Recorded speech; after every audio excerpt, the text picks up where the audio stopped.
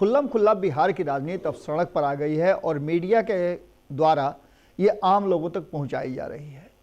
खबर लगातार हम आपको दे रहे हैं कि बिहार की राजनीति में सब कुछ ठीक ठाक नहीं है और सब कुछ ठीक ठाक राष्ट्रीय जनता दल और जनता दल यूनाइटेड के बीच भी नहीं ठीक है। जहां एक तरफ अकेले भारतीय जनता पार्टी काफ़ी संतुष्ट महसूस कर रही है, वहीं महागठबंधन के भीतर कई तरह की समस्याएं लगातार बढ़ती जा रही हैं। एक समस्या जिसको कहा जा रहा था कि नीतीश कुमार हल करेंगे, वो समस्या और गंभीर हो गई है।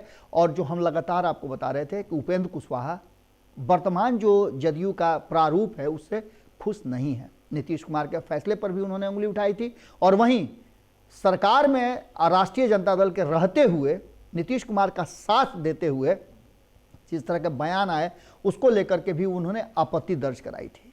उसके बाद ये कहा जाने लगा था कि उपेंद्र कुशवाहा को नीतीश कुमार एक बार फिर से पावर दे देंगे।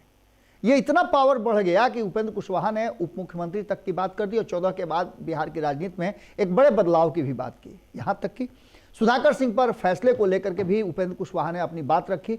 लेकिन हम लगातार आपको ये बात बता रहे थे कि नीतीश कुमार के बूते में, हम इसलिए बूता की बात कर रहे हैं कि नीतीश कुमार अभी वर्तमान में मुख्यमंत्री की कुर्सी छोड़ने के लिए तैयार नहीं है। भले उनको कुर्सी से कोई उतार दे या फिर उनसे समर्थन वापस ले ले तो बात अलग है, लेकिन वर्तमान परिस्थिति में जिस तरह से उन्होंने राष्ट्रीय जनता दल को पूरी तरह से अपने गिरफ्त में ले लिया है, नीतीश कुमार आगे भी मुख्यमंत्री की कुर्सी पर बने रहना चाहते हैं और इसके लिए उन्हें बाकी लोगों से ज़्यादा अभी राष्ट्रीय जनता दल की ज़रूरत है।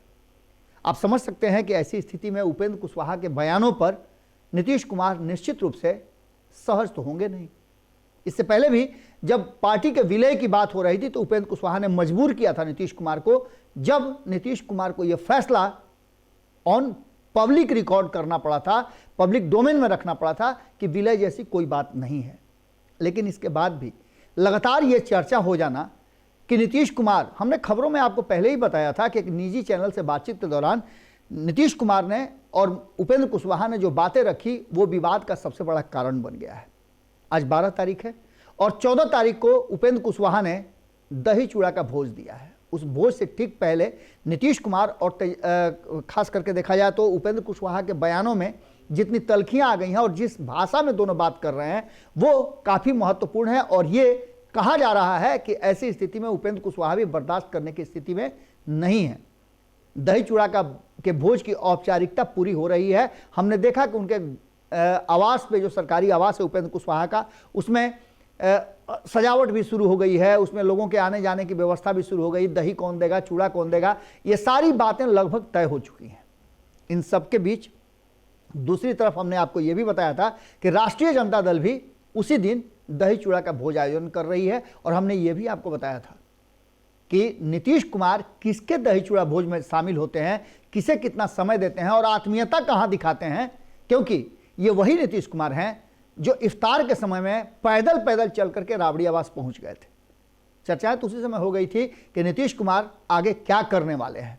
हालांकि भारत लाइव तो बहुत पहले से आपको बताता आ रहा है कि नीतीश कुमार सत्ता पर बने रहने के लिए, अपनी कुर्सी बचाने के लिए किसी भी तरह का परिवर्तन कर सकते हैं और कोई भी फैसला लेने में देर नहीं करते हैं। एक बार फिर से जिस तरह से ये सारी बातें सामने आई हैं और उप मुख्यमंत्री वाले उपेंद्र कुशवाहा के जो बयान थे, उस बयान को उन्होंने सामान्य लहजे में कहा जरूर था, लेकिन नीतीश कुमार उस पर रिएक्ट कर गए। नीतीश कुमार के रिएक्शन में जिस तरह की बातें थी और जिस तरह से उन्होंने जिस शैली में उन्होंने बात किया, शायद वो उपेंद्र कुशवाहा को टच कर गया। उन्होंने इन सारी बातों को लेकर के अपनी बातें तो रखी ही, लेकिन साथ ही साथ उन्होंने अपने पुराने साथियों को पटना तलब कर लिया। दही चूड़ा से ठीक पहले पटना में इमरजेंसी मीटिंग बुला करके कोई बड़ा फैसला लेना चाहते हैं उपेंद्र कुशवाहा। हम उपेंद्र कुशवाहा को लेकर के पहले भी आपको बता चुके हैं कि उपेंद्र कुशवाहा जिस मकसद से आए थे जदयू में, वो मकसद उनका पूरा नहीं हो रहा है और उनके पुराने साथी जो हैं आज भी उनसे काफ़ी नाराज हैं। बहुत लोगों ने तो अपने लिए राजनीतिक जमीन तलाश कर ली, कुछ भाजपा में चले गए, कुछ राष्ट्रीय जनता दल में चले गए, कुछ जो बचे हुए थे वो अभी भी उपेंद्र कुशवाहा का इंतजार कर रहे हैं कि उनका फैसला क्या होगा। ऐसी स्थिति में उपेंद्र कुशवाहा की बुलाई गई इमरजेंसी बैठक बहुत कुछ कहानी कह रही है और इस कहानी के बाद बिहार में एक बड़े राजनीतिक ट्विस्ट की भी बात की जा रही है। 14 तारीख का दही चूड़ा भोज सामान्य नहीं बल्कि राजनीतिक रूप से एक बड़े, कहा जा रहा है कि टर्निंग पॉइंट की तरफ इशारा कर रहा है। अब देखना दिलचस्प होगा कि कल जो बैठक बुलाई गई है उपेंद्र कुशवाहा के द्वारा, इमरजेंसी बैठक, उस बैठक में क्या कुछ निकल करके आता है। और इसमें खास करके उपेंद्र कुशवाहा के आरएलएसपी से जुड़े पुराने साथियों को, पुराने जो चुनाव लड़े थे विधानसभा के, उनको बुलाया गया है। और देखना दिलचस्प होगा कि क्या कुछ निकल करके आता है। हमारी पूरी नज़र इस पर बनी हुई है। बिहार की राजनीति के उथल पुथल का हम लगातार आपसे कमेंट्री कर ही रहे हैं। अगला भी जैसे ही खबर आएगा, कोई बात आती है, किसी तरह का बयान आता है, तो हम फिर आपसे जुड़ते हैं। बहुत बहुत धन्यवाद। अगर ये वीडियो पसंद आई और वह बिहार के राजनीति और बिहारियत से सरोकार रखेनी तो सब्सक्राइब बटन दबा के चैनल के सब्सक्राइब कर ली। ओजे एगो घंटी बा, ओकरा बटन दबा देला से कुल सटीक और मारक खबर रुआ मुफ्त में मिल जाई। अगर रुआ पत्रकारिता के हमनी के नया प्रयोग में सहयोग कर चाहतानी तो ज्वाइन बटन दबा दी।